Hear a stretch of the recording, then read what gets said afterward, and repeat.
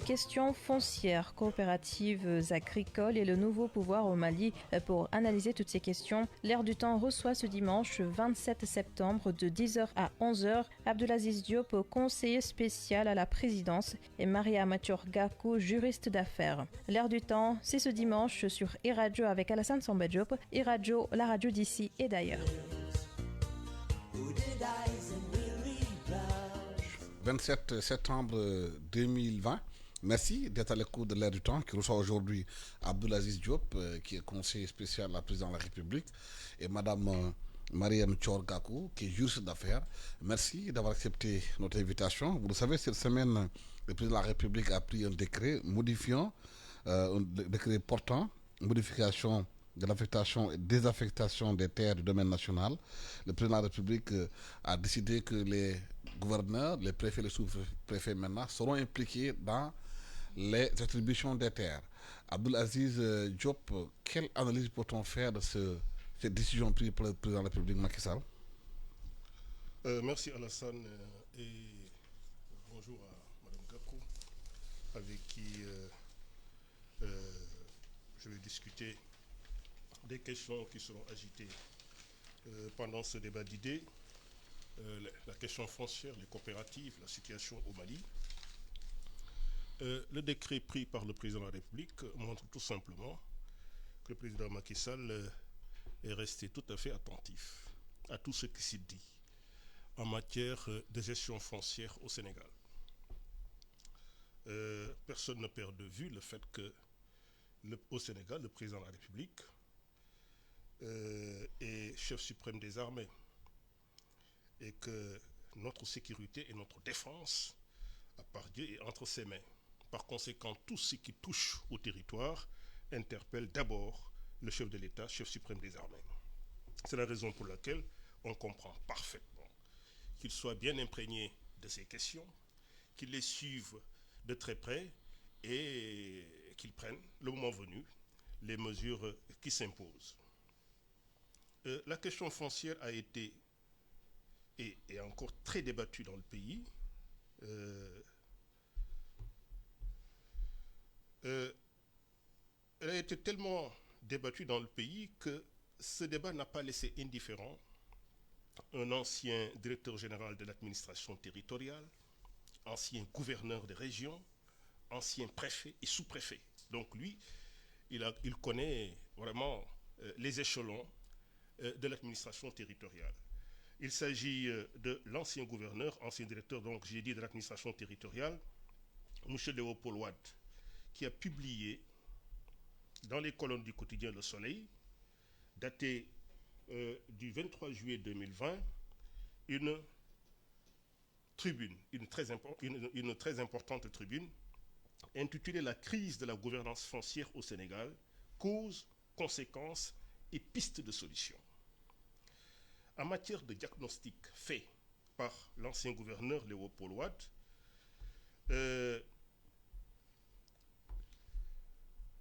ceux qui ont lu son article ont été en particulier attentifs à l'un des diagnostics qu'il a fait pour expliquer d'où provient cette crise foncière au Sénégal. Pourquoi le foncier fait débat. Un débat assez houleux, agité, parfois passionné et qu'il faut dépassionner. Il parlait dans son diagnostic, pour mettre en exergue les causes et les conséquences de la crise foncière au Sénégal, ce qu'il appelle un inconfort juridique. L'inconfort juridique avait trait à ce qu'il a appelé une limite importante de la législation foncière relative au flou, je cite l'ancien gouverneur Léopold Wade, relatif au flou et l'inconfort juridique constaté depuis l'entrée en vigueur du Code général des collectivités territoriales. Ce fait découle, toujours, je cite toujours l'ancien gouverneur Léopold Wade, ce fait découle de la non-adoption des décrets d'application du Code général des collectivités territoriales, mais également de l'absence de réforme du décret 72-1288 qui précise les modalités de mise en œuvre des compétences des collectivités territoriales en matière de gestion des terres du domaine national. Le décret pris par le président de la République, qui se trouve être le décret numéro 2020-1773, qui modifie le décret numéro 72-1288 du 27 octobre 1972, dont parle Léopold Watt dans son papier, règle le problème. Autrement dit, puisque l'affectation et la désaffectation des terres du domaine national étaient dévolues aux communautés rurales qui n'existent plus, et que le nouveau code des collectivités territoriales reconnaît cette compétence, donne cette compétence aux communes, le décret vient corriger l'ancien décret.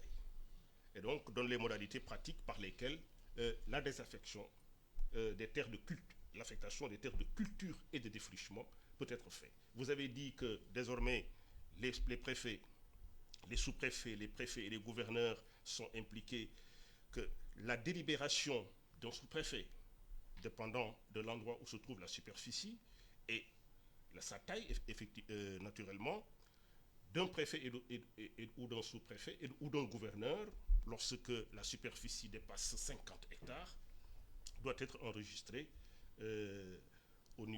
la délibération doit être enregistrée au niveau du secrétaire général du gouvernement. C'est un garde-fou, puisque la délibération était une délibération dévolue au conseil municipal.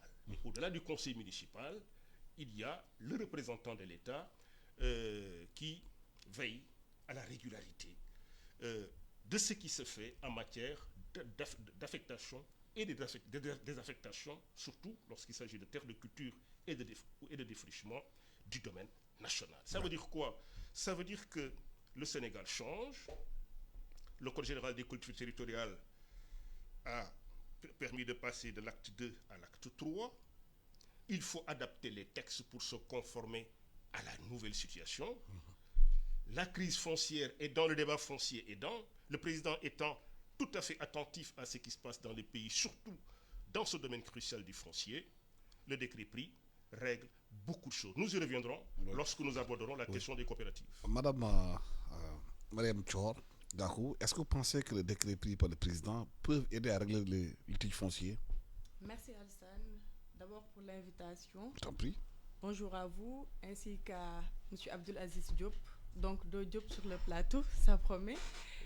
Bonjour également à vos auditeurs sur la radio et à vos téléspectateurs sur la télé. Alsane, concernant la question du décret pris par le président, moi je pense qu'il est important de faire la genèse des problèmes, en tout cas, qui gangrènent la question foncière. Aujourd'hui, il y a, en termes de répartition, il y a 4, en tout cas, zones prévues dans la loi sur le domaine national. Il y a la zone urbaine, il y a la zone classée, il y a la zone des terroirs et il y a également la zone pionnière. Aujourd'hui, si vous constatez, il n'y a pratiquement pas de problème au niveau de la zone urbaine et de la zone classée. Le seul problème qui existe réside dans la zone des terroirs et la zone pionnière. Je vais vous expliquer pourquoi. Vous savez, à l'article 7, je crois, de la loi sur le domaine national, il a été prévu qu'il y aurait un décret qui serait pris par le président Macky Sall et qui aurait vocation à faire la répartition entre la zone pionnière et la zone de terroir. Jusqu'à présent, ce décret n'a pas été pris. Aujourd'hui, si vous allez dans les terroirs, je pense qu'il y a un problème d'information d'abord. Le problème se situe à 2 niveaux. Je pense qu'il y a un problème d'information et un problème de spoliation. Le problème d'information réside sur le fait que les habitants qui sont dans les terroirs n'ont pas la bonne information en réalité. Ils pensent qu'ils sont propriétaires de ces terres-là, alors qu'au terme de l'article 3 de la loi sur le domaine national, il est dit, en tout cas, plutôt c'est l'article 3, alinéa 3 du décret 72-1288. Il est dit qu'ils n'ont qu'un droit d'usage sur ces terres-là. Ce qui veut dire que c'est un droit précaire, mais également un droit révocable. Précaire dans la mesure où on leur attribue ces terres-là pour une période bien déterminée, pour la mise en valeur, révocable parce qu'il y a une possibilité de désaffectation de ces terres-là dans 2 hypothèses. La première, c'est lorsqu'il y a absence de mise en valeur de ces terres-là. Et la deuxième, c'est pour cause d'utilité publique que l'État peut invoquer. Donc, en termes clairs, les populations pensent que les terres qu'elles occupent c'est leur terre à eux, à elles, alors que c'est pas le cas. Alors qu'ils n'ont pas l'information que ces terres, que c'est l'État qui les a prêtées, c'est un domaine national. Ah oui, c'est le domaine national en fait. Les terres, eux, tout ce qu'ils peuvent se prévaloir, c'est d'un droit de préemption. Ils ont un droit de priorité sur ces terres-là. Parce qu'en réalité, il y a également, je pense que c'est l'article 8 qui dispose que les terres des terroirs sont affectées aux populations pour leur mise en valeur. Ce qui veut dire qu'on ne peut pas empêcher à ces populations d'utiliser les terres en faveur d'une tierce personne. Donc ils ont ce droit de priorité-là, mais n'empêche c'est un droit qui est révocable et qui est précaire. Aujourd'hui, c'est là où se situe le principal problème. Ils ne savent pas qu'ils ne sont pas prioritaires. Ils n'ont ni le droit de céder ces terres, ni le droit de les mettre en location. Et je pense que c'est important de le préciser. Maintenant, pour en venir à la question du décret. Moi, je pense que le décret, j'ai une double appréciation en fait. Je pense que d'un côté, c'est bien et c'est important que le président ait pris un acte pour montrer aux populations qu'il est sensible et attentif aux questions foncières. Parce que depuis qu'il y a ces problèmes fonciers, on n'a pas entendu le président se prononcer sur la question. C'est les ministres, l'Assemblée nationale qui était partie à Dengler. Et je pense que c'est important que l'autorité suprême puisse montrer à la population qu'il est sensible à ces questions-là. Maintenant, si on en vient à la question purement juridique, je pense que ce décret pose de véritables problèmes relativement à sa légalité et également à la forme. Donc je pense qu'il y a des questions de fond qu'il faut régler et des questions de forme. Pour les questions de forme, Alsan, le décret vient pour préciser les autorités compétentes dans l'attribution de l'affectation de ces terres-là. Donc, je pense que si la superficie est comprise entre 1 hectare et 10 hectares, donc si la superficie n'excède pas 10 hectares... c'est le maire. Oui, c'est le conseil. C'est le conseil municipal c'est le conseil municipal qui va délibérer. Maintenant, la particularité, c'est que là, c'est le sous-préfet qui va approuver. Si la superficie est comprise de 10 hectares à 50 hectares, là, c'est le préfet qui va intervenir. Maintenant, là où se situe le problème, c'est lorsqu'on dit que si la superficie excède 50 hectares, c'est le gouverneur. Pourquoi le problème se pose? Si on regarde de très près l'article 270 à l'article 271 du Code des collectivités territoriales, le gouverneur n'a pas pour vocation d'opérer à un contrôle de légalité.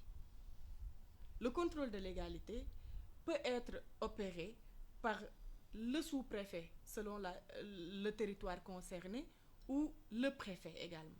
Mais le gouverneur n'a pas vocation d'opérer à un contrôle de légalité. Alors que la procédure d'approbation, c'est un contrôle a posteriori. Et qui dit contrôle a posteriori, dit un contrôle de légalité. Donc, concernant le gouverneur, il y a une contradiction entre les prérogatives du gouverneur sur les terres et les textes. Effectivement, il y a un vrai problème parce que le décret vient en parfaite contradiction avec les dispositions que je viens de citer, à savoir l'article 270 et l'article 271 du Code des collectivités territoriales. Et ce qu'il faut préciser en tout cas, c'est que le décret ne peut pas venir contrecarrer une loi parce qu'il y a la hiérarchie des normes. La loi, elle est supérieure au décret. Le décret ne peut venir que pour compléter, mais ne peut pas venir faire abstraction à la mise en œuvre d'une loi. Donc ce décret est à revoir. Maintenant, sur la question de forme, vous allez m'excuser, je vais terminer par là. Sur la question de forme, je pense que l'article 2 a été modifié, mais on n'a pas touché à l'article 8 qui traite de la désaffectation. On ne peut pas prévoir qu'il y ait d'autres autorités qui vont intervenir dans la procédure d'approbation en ce qui concerne l'affectation et ne pas impliquer toutes ces autorités-là dans la procédure de désaffectation. Aujourd'hui, dans la procédure de désaffectation, à l'article 8 du décret, il est prévu que c'est plutôt le sous-préfet qui va approuver les délibérations du conseil communal. Donc ça va poser un problème parce qu'il y a le parallélisme des formes qui veut que lorsque c'est un gouverneur qui a approuvé une décision, que ce soit ce même gouverneur qui va approuver également la désaffectation. Maintenant, si la superficie était comprise entre 50 hectares et plus, et que pendant la phase d'affectation, c'est ce gouverneur-là qui est intervenu pour approuver, la logique voudrait, et le parallélisme des formes voudrait, que lorsqu'il va y avoir une désaffectation de ces terres-là, que ce soit la même autorité qui puisse intervenir. Ça, c'est le parallélisme. Abdelaziz Diop, Madame Gakou a soulevé beaucoup de contradictions par rapport au décret, aux articles concernant les gouverneurs, dans l'attribution, l'approbation et la désapprobation, comme elle a dit, par les réformes, et ensuite le décret qui est en contradiction avec le texte des collectivités locales. Oui, le décret d'abord, je l'ai dit au début de mon propos. Au début de mon propos, j'ai parlé de l'article sur 2 pages, publié dans le quotidien Le Soleil par un ancien gouverneur de région, ancien directeur de l'administration territoriale, ancien préfet, ancien sous-préfet. Il connaît ces questions. Les questions qu'elle a soulevées sont des questions qu'on peut quand même trouver, si on ne les trouve pas explicitement dans le papier du gouverneur Léopold Wade, on peut les trouver en filigrane. Ça veut dire quoi? Ça veut dire que nous sommes dans un processus de réadaptation, de conformité au texte. Dans son papier, Léopold Wade disait que le décret d'application même du Code général des collectivités territoriales n'est pas encore pris. Et si le décret n'est pas encore pris, c'est qu'au moment où le décret d'application du Code général des collectivités territoriales sera pris, les écueils que Madame vient d'énumérer et qu'elle a raison d'énumérer seront inévitablement pris en compte, inexorablement pris en compte. Donc nous sommes ici dans une évolution, voyez, pour adapter nos textes. Est-ce qu'il n'y a pas une sorte de précipitation en prenant ce décret, en ne prenant pas le temps de lire tous les textes pour les harmoniser avant de prendre le décret? C'est pourquoi je vous dis que nous sommes dans un processus. Vous savez, moi en tant que conseiller spécial à la présidence de la République, l'ancien gouverneur Léopold Wade m'a personnellement interpellé en me disant: Monsieur Diop, j'aurais bien aimé que vous lisiez mon texte et que vous me donnez une appréciation de ce que j'ai écrit sur la crise foncière au Sénégal. J'ai pris le soin de lire le texte de monsieur Léopold Wade et de lui envoyer une réponse sur l'appréciation globale que je fais de son texte. Une fois que j'ai lu et fait l'appréciation globale de son texte, j'ai pris également le soin d'informer mes supérieurs hiérarchiques au niveau du cabinet du chef de l'État, à savoir l'actuel ministre d'État, secrétaire général de la présidence de la République, et son directeur de cabinet, ainsi que l'adjoint du secrétaire général, du ministre d'État, secrétaire général de la présidence de la République, Omar Samboua. Je les ai informés du contenu du papier de Léopold Wade, et que ce papier doit être regardé de près. Mais les contradictions qui sont soulevées aujourd'hui? Les contradictions qui sont soulevées, et que madame a eu bien raison de mettre le doigt dessus, montrent tout simplement que nous sommes dans le processus par lequel tous ces dérèglements seront en fin de compte résorbés. Le décret pris par le chef de l'État n'est qu'une première étape dans la bonne direction.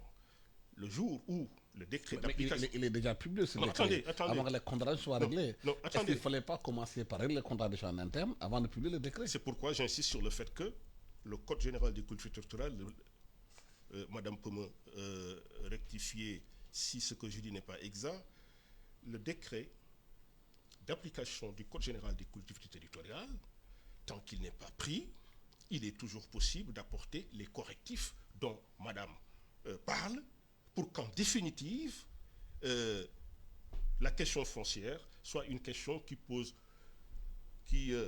nous permet d'amorcer notre développement, pas d'amorcer notre développement, mais développer, de régler la question de la dimension territoriale de notre développement.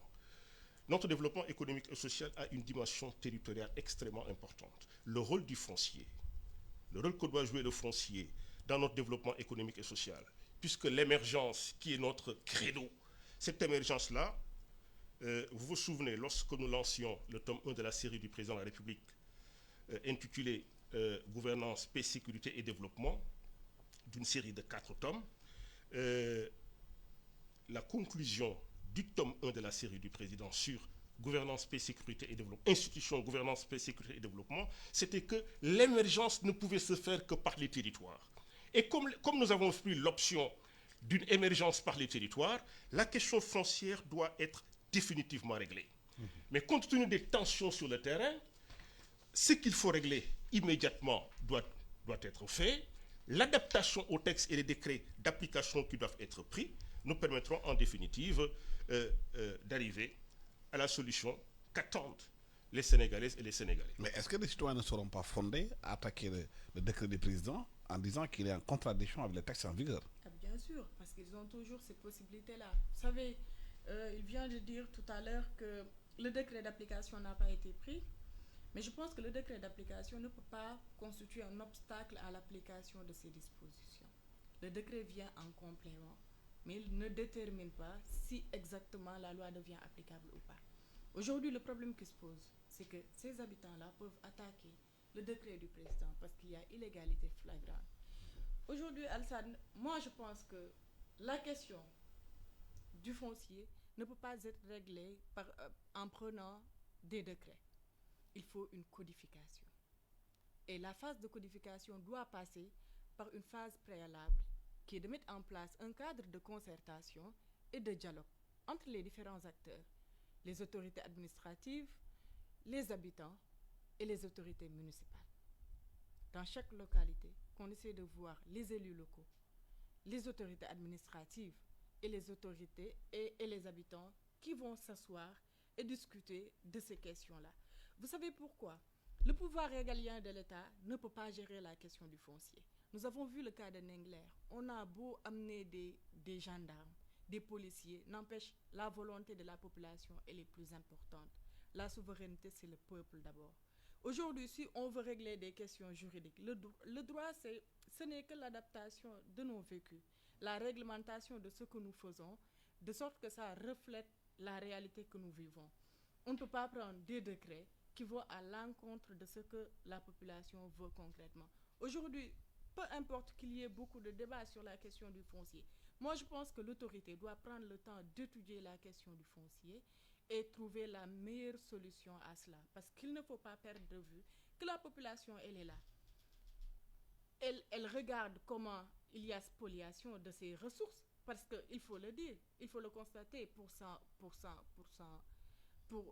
désoler. Les maires, ils ne font que faire des attributions qui ne vont pas au sens de l'intérêt des populations. Aujourd'hui, ces populations ont d'énormes difficultés pour avoir en leur possession les délibérations. Ils vont aller voir les élus locaux qui vont refuser de faire la publicité de ces délibérations parce que le plus souvent, ce sont des délibérations qui ont été faites de façon nébuleuse. On donne la priorité à des personnes assez importantes, même si les paysans ne sont pas moins importants, mais on va donner ces terres-là à des gens qui ont énormément d'argent parce qu'il y a des intérêts pécuniaires et des intérêts personnels qui sont pris en compte. C'est ce que je disais tout à l'heure. La question d'information, elle est à deux niveaux. L'information par rapport aux droits détenus par les habitants et l'information des habitants par rapport aux actes posés par les élus locaux qu'ils ont eux-mêmes choisis. Ils devaient publier les délibérations au vu aussi de tout le monde. Bien Que tous les habitants de la mairie puissent savoir, ou bien de la commune, qui a quoi et qui a droit à quoi. Effectivement, c'est comme ça que ça doit se passer, parce qu'en réalité, même s'ils ne sont pas propriétaires de ces terres-là, mais ils ont un droit de regard. Ils ont un droit de regard sur ces terres. De sorte qu'aujourd'hui, Alassane, si vous parlez à ces gens qui sont dans les terroirs, ils ont un sentiment qu'il y a un giro foncier national. C'est comme ça qu'ils l'appellent en fait. Ils pensent que les gens se départagent leurs ressources, qu'ils sont là avec leur famille, alors qu'ils n'ont aucun droit de regard sur ce qui se fait. Et il ne faut pas également perdre de vue que c'est des gens qui se nourrissent de ce qu'ils produisent. On ne peut pas leur ôter leur terre sous le fallacieux prétexte qu'il y a l'agrobusiness et qu'il y a des firmes qui veulent s'installer. Parce qu'il y a en réalité le fait d'être sénégalais qui compte et la priorité aux Sénégalais, je pense. Je rappelle que vous suivez L'Air du Temps qui reçoit Abdoul Aziz Diop, conseiller spécial à la présidence de la République, et Mariam Chor Gakou, qui est juriste d'affaires. Oui, monsieur. Allez-y, très bien. Je poursuis dans la lancée de madame lorsqu'il a parlé de l'occupation des terres au prétexte de l'agrobusiness. J'insiste beaucoup sur le papier de Léopold Wade parce que c'est le diagnostic d'un ancien gouverneur, ancien sous-préfet, ancien préfet et ancien directeur général de l'administration territoriale. M. Wade dit dans son papier du 23 juillet 2020, publié par le quotidien Le Soleil, entre la nécessité de mettre le foncier à la disposition des investisseurs et la phobie que provoquent ces investisseurs dont parle Madame, au niveau des populations, il y a un fossé à combler. Et il poursuit, je le cite toujours, la recherche de formules de partenariat bénéfiques pour tous, entre les populations et les collectivités territoriales d'une part, et d'autre part, les investisseurs, l'État jouant un rôle de facilitateur. En définitive, il conclut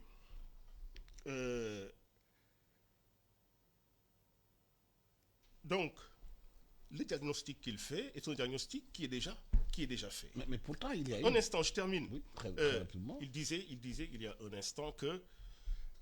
elle disait plutôt il y a un instant qu'il faut faire en sorte qu'il y ait des concertations, des rencontres au niveau des collectivités territoriales. Cela ne lui a pas échappé qu'il y a eu une commission nationale de réforme foncière. Laquelle commission nationale de réforme foncière a donné ses conclusions. Voilà ce que dit Léopold Wade à propos, pour dire que nous sommes là pour parler vrai, pour informer et pour dire la direction qui est bonne à prendre. Direction à laquelle contribue une juriste d'affaires comme Mme Gakou. Mais je termine.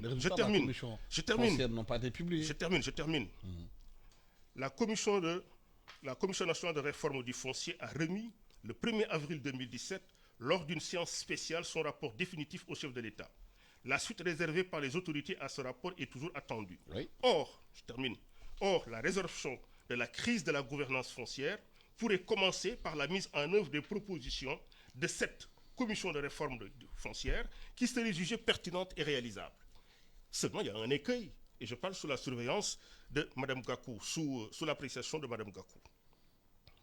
L'écueil, c'est quoi? C'est que la Commission nationale de réforme foncière souhaite que le droit de bail soit cédé aux collectivités locales.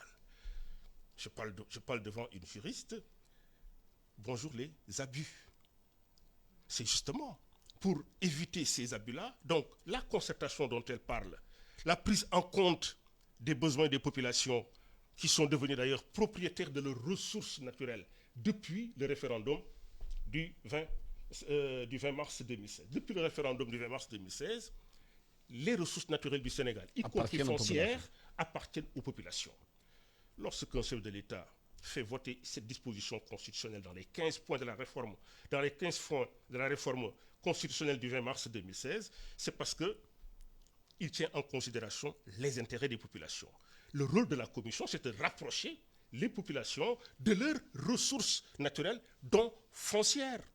L'écueil, je le répète, l'obstacle, le problème de la commission, c'est d'avoir proposé la cession du droit de bail aux collectivités locales. Lorsque vous cédez le droit de bail aux collectivités locales, bonjour les dégâts. Les abus peuvent continuer à prospérer.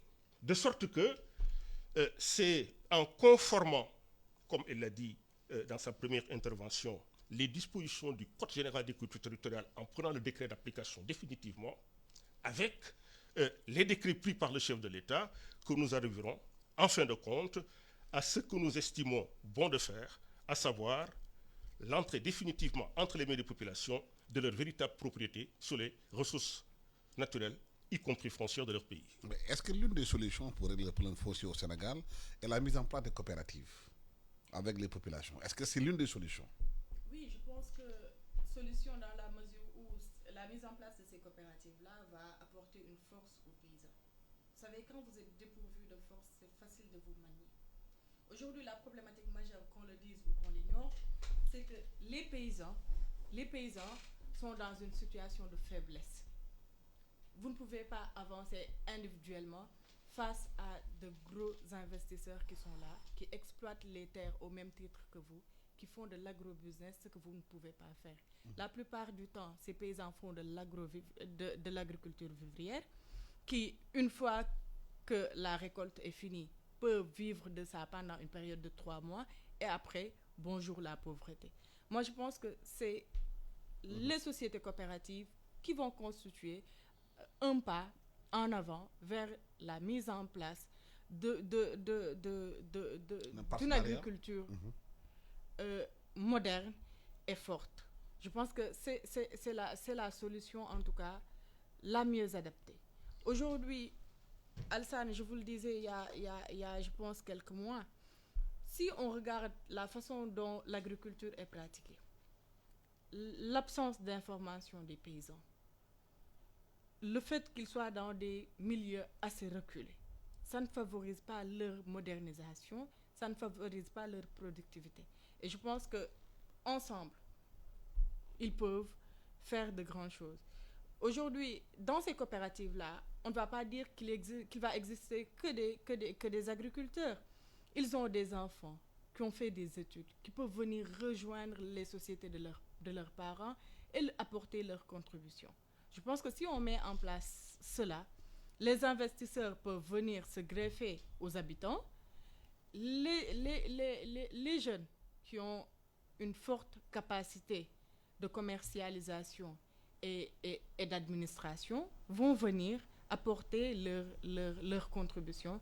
Et je pense que c'est le milieu rural, en tout cas, qui va beaucoup gagner en cela.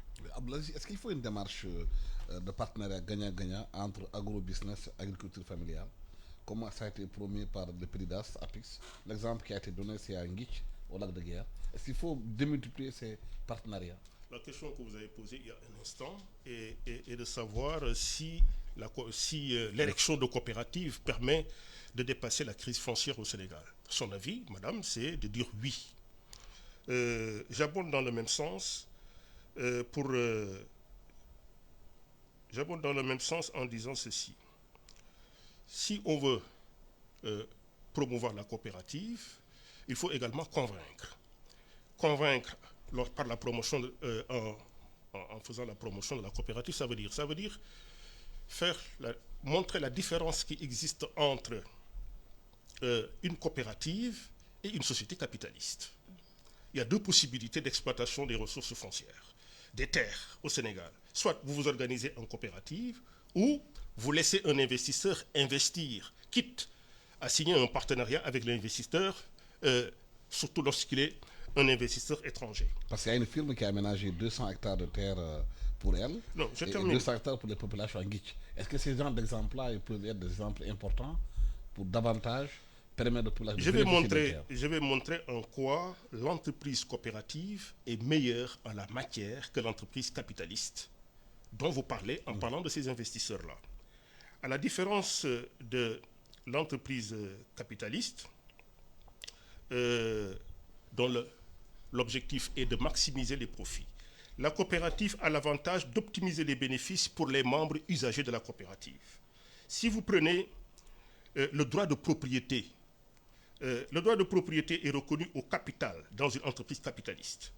Dans une coopérative, il est reconnu aux membres de la coopérative.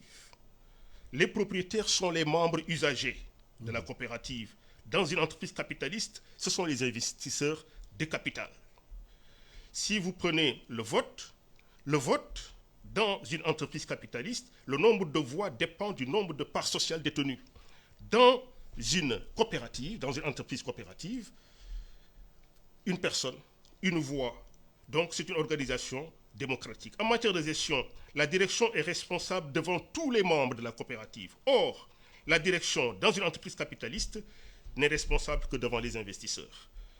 En fin de compte, pour ce qui est de l'actionnariat, choix entre l'actionnariat ou pas.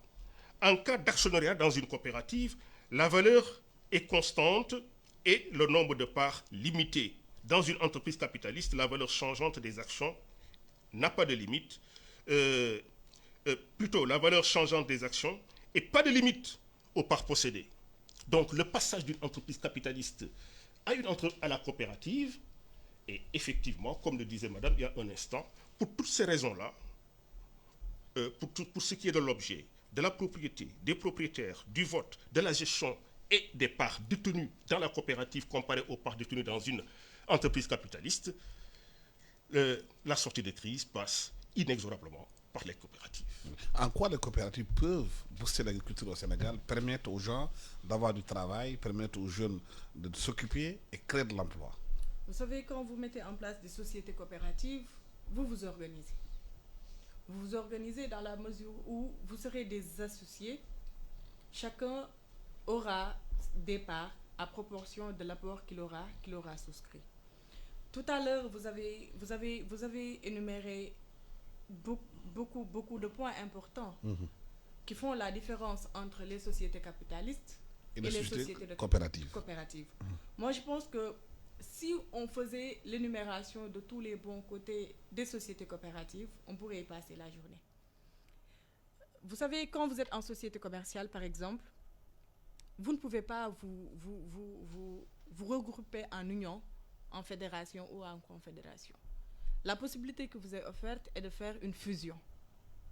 Dans la fusion, il y a soit fusion-absorption, une société qui va absorber l'autre, ou fusion par création d'une personne morale nouvelle. Vous allez tous arrêter votre dénomination sociale, on va créer une autre société. Dans la société coopérative, ça ne se passe pas comme ça. Vous pouvez vous constituer en union. L'union est à l'image du GIE. Pourquoi on ne promeut pas les GIE? Tout simplement parce que les GIE ne répondent pas forcément aux besoins des populations.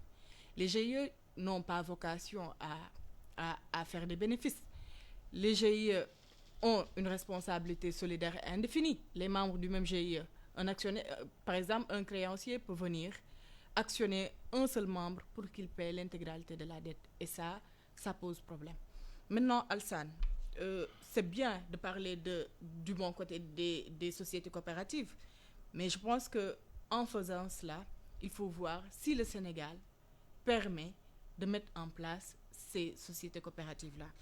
J'ai écrit un article récemment sur la sortie du président de la République, sa tournée économique, où je disais que le président a fait la promotion des sociétés coopératives sans au préalable prendre le temps de voir si les sociétés coopératives peuvent être instituées au Sénégal.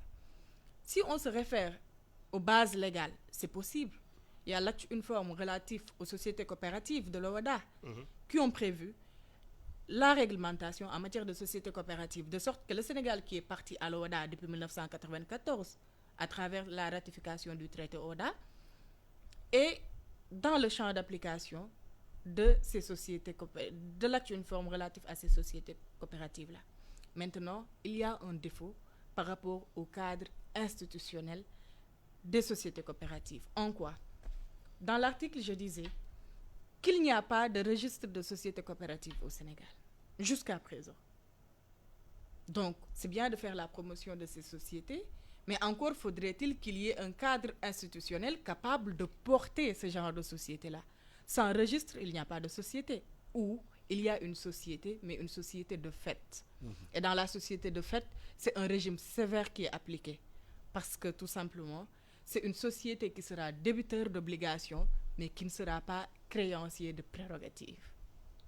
Je ne sais pas si vous comprenez. La société ne sera pas créancière. Donc il faut créer un registre pour mettre en place les coopératives. Il faut créer, sans registre, pas de coopérative. Il faut créer un registre de sociétés coopératives. Parce que je pense que Alsane, au niveau même de l'acte uniforme, on dit que la société coopérative doit être immatriculée dans le mois de sa constitution. Ce qui veut dire que si vous vous constituez en société coopérative aujourd'hui, dans le mois, vous êtes obligé de vous déclarer au registre des sociétés coopératives. Donc, ce qui veut dire que jusqu'à présent, si le Sénégal n'est pas doté d'un registre de sociétés coopératives, autant dire que ces sociétés-là ne peuvent pas, de façon opérationnelle, être mises en place au Sénégal. Donc, il y a des problèmes pratiques qui se posent. C'est bien de faire la promotion des sociétés coopératives pour tout l'apport que ces sociétés peuvent avoir sur le développement des membres de ces sociétés, sur la vie des paysans, le fait de quitter l'agriculture familiale vers l'agriculture intensive à connotation de business. Tout ça, c'est bien, mais encore faudrait-il que l'État accompagne. Et en plus de l'accompagnement, il faut que l'État donne la bonne information, quitte à organiser des séances de séminaires pour leur faire comprendre l'importance, comme le disait tout à l'heure M. Diop, de la mise en place de ces sociétés coopératives et l'apport considérable que ces sociétés peuvent avoir sur leur développement personnel, sur leur développement économique, mais également sur le développement économique de l'État. Encore une fois, il se pose le problème de texte et de toilettage aussi des textes. Il faut faire le toilettage. Je n'ajoute pas... On met la chérie souvent à Malib. Un instant, je n'ajoute rien dans ce qui vient d'être dit et qui vient d'être très bien dit. J'attire simplement son attention sur le fait que les sociétés coopératives ont pour vocation, elles ne perdent pas de vue cela, de faire passer les paysans d'une agriculture d'autosuffisance à une agriculture commerciale, leur permettant de commercialiser leurs produits, de les produire et de les commercialiser. Elle ne me démentira pas quand je dis qu'il n'y a aucun obstacle aujourd'hui au Sénégal à la formation de coopératives. Des coopératives sont formées et prospèrent. Elle ne perd pas de vue non plus une chose, c'est que partout où il y a eu des problèmes de coopératives, c'est parce que l'État s'est immixé dans la gestion et a voulu exercer un contrôle sur les coopératives. L'État a vocation à créer le cadre, l'environnement permettant aux coopératives de prospérer. L'une des raisons pour lesquelles il faut opter pour les coopératives également, après que j'ai énuméré un certain nombre d'avantages comparés à la société capitaliste, c'est que si nous voulons que nos terres ne soient pas des terres à la disposition d'investisseurs au nom de l'agrobusiness, au détriment de l'exploitation familiale, partout dans le monde où il y a eu autosuffisance alimentaire, c'est beaucoup plus imputable, c'est beaucoup plus attribuable à l'exploitation familiale qu'à l'agrobusiness. Ça, il ne faut pas perdre de vue. Or, l'option coopérative permet d'aller et de se maintenir dans cette direction. Autre chose que je voulais dire un instant... Il faut un registre. Je termine. L'autre chose que je voulais dire, Anna, j'ai dit que le diagnostic fait par Madame est un diagnostic très clair sur lequel on ne peut apporter aucune objection, sinon dire que c'est la direction qu'il faut prendre. Cela dit, elle ne perd pas de vue non plus une chose, c'est que les coopératives existent, certaines prospèrent. Le président est allé les toucher sur le terrain lors de sa dernière tournée économique. Ce que je voulais dire, c'est que non seulement la coopérative permet de passer d'une agriculture d'autosuffisance à une agriculture commerciale, une sorte d'agrobusiness, mais local, pour le développement des terroirs. Mais ce qu'il ne faut pas surtout perdre de vue, c'est que les paysans les plus pauvres sont beaucoup plus nombreux que les paysans capables, parce qu'ils ont les reins solides, de se constituer en coopérative. L'intérêt des coopératives, c'est une fois que les paysans qui ont les reins un peu plus solides se constituent en coopérative, c'est d'attirer les paysans les plus pauvres pour qu'ils intègrent les coopératives, histoire également de pouvoir bénéficier le moment venu des bénéfices, du partage des bénéfices par les coopératives. Donc, elle parle de l'environnement qu'il faut préparer pour l'épanouissement des coopératives, mais cet environnement, c'est le seul propice pour le développement des coopératives. J'insiste encore une fois là-dessus. Tant que l'État s'intéresse aux coopératives pour en exercer le contrôle, il n'y aura pas de développement de coopératives au Sénégal, comme partout dans le monde. L'Éthiopie l'a expérimenté, les coopératives étaient des coopératives d'État. Ce contrôle a fini par faire disparaître les coopératives en Éthiopie. Donc, l'État doit s'intéresser aux coopératives dans le seul but de créer le cadre, l'environnement lui permettant aux coopératives de prospérer, mais pas pour exercer un contrôle sur les coopératives, souvent pour des raisons purement politiques. Donc voilà les éléments sur lesquels je voulais insister pour ne pas simplement m'arrêter aux avantages de la coopérative comparée à la société capitaliste. Ouais, pour terminer, le dernier point, notre débat, oui, allez-y rapidement. Alassane, c'est juste pour apporter quelques précisions à ce qu'il vient de dire. Aujourd'hui, moi, ce dont je ne suis pas tout à fait d'accord, c'est la mise en place de ces coopératives-là sans au préalable qu'il y ait un respect des réglementations.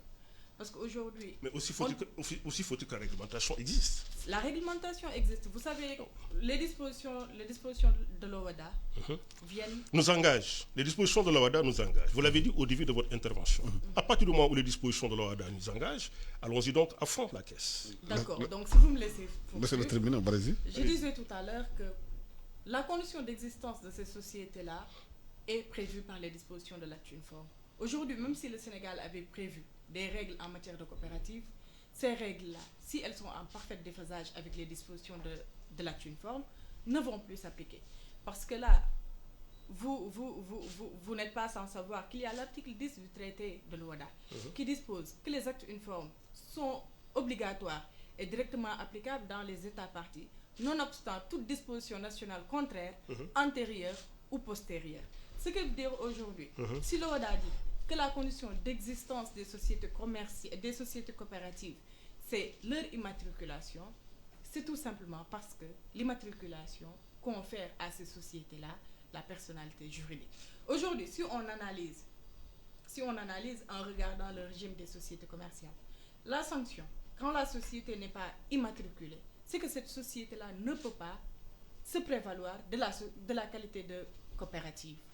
Aujourd'hui, si on était dans le champ des sociétés commerciales, une société commerciale qui a pris par exemple la forme d'une SARL, qui ne s'est pas immatriculée, ne peut pas bénéficier d'un régime de SARL. Quand il y aura un litige devant le juge, il va requalifier cette société-là en une société de fait. C'est ce que j'expliquais tout à l'heure. Parce qu'il y a un vice dans les conditions de constitution ou les conditions de validité de cette société-là.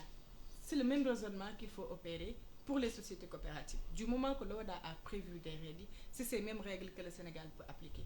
Aujourd'hui, moi, je ne suis pas d'accord que l'on constate l'existence de ces sociétés coopératives-là sans savoir au préalable qu'il y a un vice de formation de ces sociétés, tout simplement parce que les sociétés ne sont pas constituées, qu'ils n'ont pas de personnalité juridique et qu'ils continuent à prospérer convenablement au Sénégal. Il y a une seule exception pour qu'une société coopérative ne soit pas soumise aux dispositions de l'acte uniforme, et c'est la situation où la société coopérative a une connotation bancaire. Si la société coopérative exerce une activité à connotation bancaire, cette société-là est régie par les règles applicables au domaine bancaire. Mais toute autre société coopérative, qu'elle soit artisanale, qu'elle soit agricole, qu'elle soit commerciale, qu'elle soit civile, demeure soumise aux dispositions de l'acte uniforme relatif aux sociétés commerciales. Dernier point très rapidement. Un instant, très rapidement. Très rapidement le temps. Vous parlez du Mali, il reste 5 minutes. Je dis chapeau aux juristes d'affaires, mais sur ce dernier point, vous êtes en contradiction avec vous-même. Dès lors que l'acte unique permet aux coopératives de prospérer dans la zone UEMOA, l'Union économique et monétaire ouest-africaine, les coopératives qui existent donc peuvent continuer à prospérer. Je termine. Aussi faut-il que, encore une fois, que l'État crée l'environnement permettant à ces coopératives de bénéficier de tout ce dont une coopérative peut bénéficier. Mais il n'y a pas de contradiction à ce que j'ai dit. Oui. Elle parle de bancaire. Oui, j'ai dit que bancaire. La seule hypothèse où la coopérative échappe aux dispositions de l'acte uniforme de l'OHADA, c'est les situations où cette société coopérative-là demeure soumise aux règles relatives à l'activité bancaire qui régit ces sociétés. Donc, je pense que là, c'est assez clair.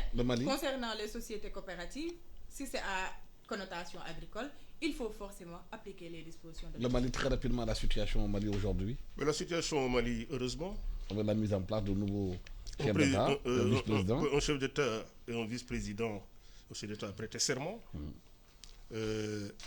L'organisation qui a facilité tout cela, c'est la communauté économique et la communauté économique ouest-africaine, la CEDEAO.